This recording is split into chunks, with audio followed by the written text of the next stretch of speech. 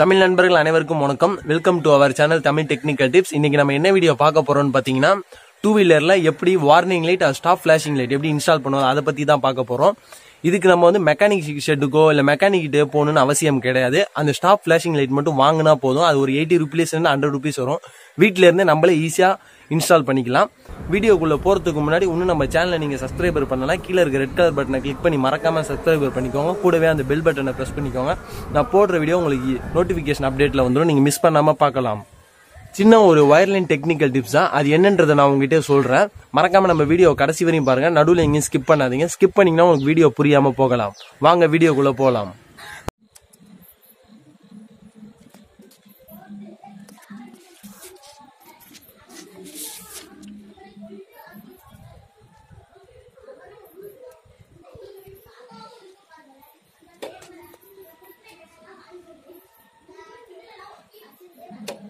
First நம்ம பைக்கில் fit பண்ணுறதுக்கு முன்னாடி பார்த்தீங்கன்னா அந்த லைட்டில் ஒரு சின்ன ஒரு கிளாம்ப் மாதிரி கொடுத்து அசம்பிள் பண்ணிடுவோம். அசம்பிள் பண்ணதுக்கு அப்புறம் பார்த்தீங்கன்னா பாசிட்டிவ் நெகட்டிவ் லைனை செக் பண்ணணும். அதுக்கு 9 volt பேட்டரி தேவை. அந்த பேட்டரியில் நம்ம white line positive, white with black line negative. இது லைட் எரியுது பாருங்கள்.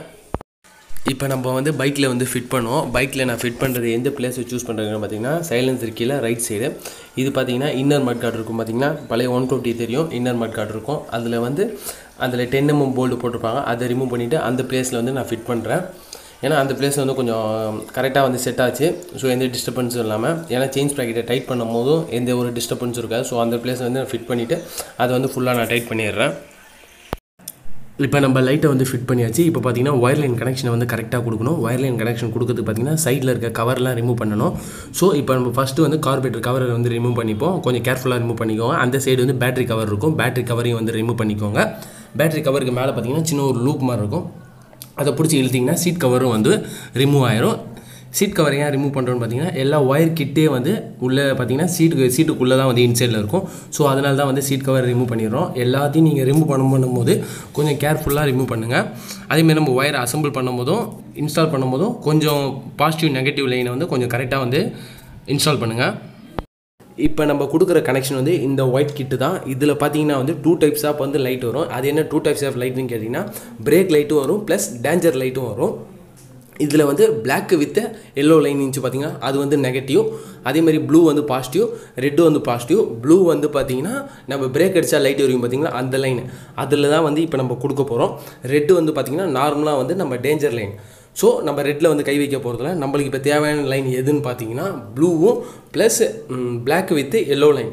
அது நெகட்டிவ் லைன். நெகட்டிவ் லைன் பார்த்தீங்கன்னா நம்ம அதில் கை வைக்கல, நம்ம பாடி எர்த்தில். ஸோ நம்ம 150cc இந்த பைக்கில் எல்லாத்துலேயுமே பாடி எர்த்து இருக்கும்.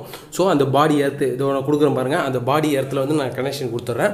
வெறும் ப்ளூ லைனில் மட்டும் கொஞ்சம் அந்த உள்ளே இருக்க செம்பு கம்பி இருக்கும், அதை கொஞ்சம் நீக்கிட்டு அதில் நம்ம அந்த நான் ஃபிக்ஸ் பண்ணிடுறேன். ஃபிக்ஸ் பண்ணதுக்கு அப்புறம் பார்த்தீங்கன்னா நெகட்டிவ் லைனை அந்த ஒயிட் எலக்ட்ரிக் கிட்டில் தான் கொடுக்கணும்னு அவசியம் இல்லை. இதுக்கு பாடி எர்த் இருக்குது. ஸோ பாடி எர்த்தில் நம்ம டேரெக்டாக கொடுத்துடலாம். பாசிட்டிவ் லைனை மட்டும் அதில் கொடுத்துட்டு அதேமாதிரி நம்ம எலக்ட்ரிக் கிட்டை ஃபுல்லாக கவர் பண்ணிடலாம். முடிச்சதுக்கப்புறம் இப்போ ஒரு டெஸ்டிங் பண்ணி பார்ப்போம். டிஸ்கை பிடிக்கிறேன், ஃப்ளாஷிங் லைட் ஏறிது பாருங்கள். அதேமாதிரி பின்னாடி பிரேக்கை பிடிக்கிறேன், ஃப்ளாஷிங் லைட் ஏறிது பாருங்கள். ஸோ நீங்கள் பைக்கை அசம்பிள் பண்ணுறதுக்கு முன்னாடியே இதெல்லாம் செக் பண்ணிடுங்க. ஏன்னா ஏதாச்சும் ஒரு சின்ன ஒரு லூஸ் கனெக்ஷனாக இருக்கலாம். ஸோ நம்ம அசம்பிள் பண்ணதுக்கு அப்புறம் திரும்ப பைக்கை கழட்டிட்டு இருக்குது. ஸோ ஒன்றுத்துக்கு 2 வேலை இருக்கும். ஸோ அதெல்லாம் அவாய்ட் பண்ணிவிட்டு அசம்பிள் பண்ணுறதுக்கு முன்னாடியே ஒரு டெஸ்டிங் பண்ணி பார்த்துடலாம். அது எரியுது பாருங்கள் லைட்டு. இப்போ நம்ம பைக்கை கரெக்டாக அசம்பிள் பண்ணிடுவோம். அதே மாதிரி சீட்டு பார்த்தீங்கன்னா கரெக்டாக உட்கார்ற மாதிரி ஃபிக்ஸ் பண்ணிக்கோங்க. அதே மாதிரி பேட்டரி கவரையும் கரெக்டாக ஃபிக்ஸ் பண்ணிக்கோங்க. இது பேட்டரி கவரில் பார்த்தீங்கன்னா சைடில் லாக் மாதிரி இருக்கும். அந்த லாக்கில் விட்டு ஒரு புஷ் பட்டன் மாதிரி இருக்கும், அதில் ஃபிக்ஸ் பண்ணிக்கோங்க. அதே மாதிரி இது கார்பரேட்டர் சைட் லாக்கும் அதையும் கரெக்டாக ஃபிக்ஸ் பண்ணிக்கோங்க. இதுக்கு லாக்கு கிடையாது, ஸ்க்ரூ போட்டு டைட் பண்ணுற மாதிரி இருக்கும். ஸோ கரெக்டாக, ஏன்னா நம்ம எஸ்னா ஒரு லூஸ் கனெக்ஷனாக இருந்துச்சுன்னா நம்ம பைக்கில் ரன்னிங் போகிறப்ப எஸ்னா நாய்ஸ் வரும். அந்த நாய்ஸ் நம்மளுக்கு கொஞ்சம் எரிச்சலாக இருக்கலாம். ஸோ நீங்களும் ட்ரை பண்ணி பாருங்கள் நண்பர்களே. ட்ரை பண்ணி பார்த்துட்டு சக்ஸஸ் ஆகுதா இல்லையான்றதை கமெண்ட் செக்ஷனில் கமெண்ட் பண்ணுங்கள். நானும் தெரிஞ்சுக்கிறேன். இதில் ஏதாச்சும் ஒரு எனி டவுட்ஸ் இருந்துச்சுன்னா தாராளமாக கமெண்ட் செக்ஷனில் கமெண்ட் பண்ணலாம். நான் உங்களுக்கு ரிப்ளை பண்ணுவேன். மறக்காமல் நம்ம நண்பர்கள் கூட ஷேர் பண்ணிக்கோங்க. ஏதாச்சும் ஒரு நண்பர்களுக்கு நம்ம வீடியோ யூஸ் ஆகும். நம்ம வீடியோ கடைசி வரையும் பார்த்துருப்பீங்கன்னு நினைக்கிறேன். நம்ம வீடியோக்கு ஒரு லைக் கொடுங்க. அதேமாதிரி மறக்காமல் கீழே இருக்க ரெட் கலர் பட்டனை கிளிக் பண்ணி நம்ம சேனலை சப்ஸ்கிரைபர் பண்ணிக்கோங்க. மீண்டும் உங்களை அடுத்த வீடியோவை சந்திக்கும் வரை நன்றி, வணக்கம்.